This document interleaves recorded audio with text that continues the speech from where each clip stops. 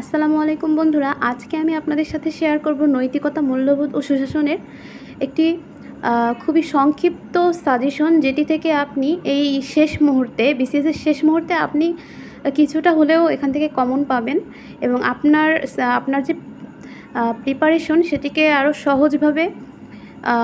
সহজভাবে নিতে আপনাকে এই নোটটি সাহায্য করবে। তো আপনার কাছে যদি কোনো বই না থাকে, আমার কাছে যেমন নৈতিকতা সুশাসনের স্পেসিফিক কোনো বই নাই, কিন্তু আমার কাছে হচ্ছে প্রিসেপ্টার্স আছে, ডাইজেস্ট। তো এখান থেকে আমি পড়েছি এবং আমি একটা ভিডিও থেকে আর একটা সাহায্য নিয়েছি, যেখান থেকে আমি যেগুলো খুব বেশি ইম্পর্ট্যান্ট, যেগুলো বিগত বছরে এসেছে সেটার সাথে মিল পেয়েছি এবং আমার মনে হয়েছে ভালো, সেখান থেকে আমি পড়েছি। আমি এটা আপনার সাথে শেয়ার করছি আপনাদের সাথে। সেখান থেকে এই নোট থেকে, যে নোট থেকে আমি পড়েছি, সেই নোটকেও আমি আরও খুব ছোট্ট পার্টে ভাগ করেছি, আরও সংক্ষিপ্তভাবে। এই শেষ মুহূর্তে প্রিপারেশনের জন্য এটি খুবই কাজে দেবে। আমি সেখান থেকে প্রিপারেশন নিচ্ছি, আপনারাও এখান থেকে নিতে পারেন। প্রথমে যে দিকগুলো আপনারা দেখবেন, আপনারা যে প্রথমে একটা বই থেকে আপনাদের পড়তে হবে, পড়ে একটা ধারণা নিতে হবে।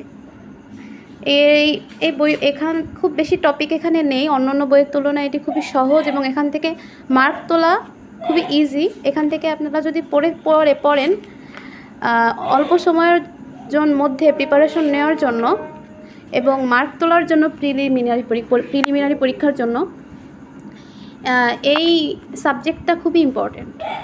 তো প্রথমে আমাদের যে জিনিসটা পড়তে হবে, আপনারা আমার নোটটাকে খেয়াল করবেন। এখানে প্রথমে এর উৎপত্তি, শব্দ এর উৎস, অর্থ এবং উৎপত্তি, এগুলো কোথা থেকে এসেছে সেটা নিয়ে এখানে আছে। সুশাসন কোন ওয়ার্ড থেকে এসেছে, নৈতিকতা কোন ওয়ার্ড থেকে এসেছে, সেগুলো নিয়ে উৎস উৎপত্তি সম্পর্কে বলা হয়েছে। এই পার্টটা আবার খুব বেশি ইম্পর্ট্যান্ট। এই পার্টটুকু, এটা খুব বেশি ইম্পর্ট্যান্ট, এটা একদম সুন্দর করে পড়ে ফেলতে হবে। তারপরে আছে সুশাসনের সংজ্ঞা, মতবাদ এবং ধারণাগুলো, যেসব অর্গানাইজেশন এবং ব্যক্তিরা দিয়েছেন, কে কী উক্তি করেছেন, এগুলো খুবই ইম্পর্ট্যান্ট।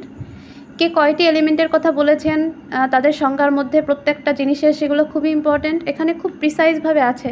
তো সুশাসন পার্টটা খুব ইম্পর্ট্যান্ট।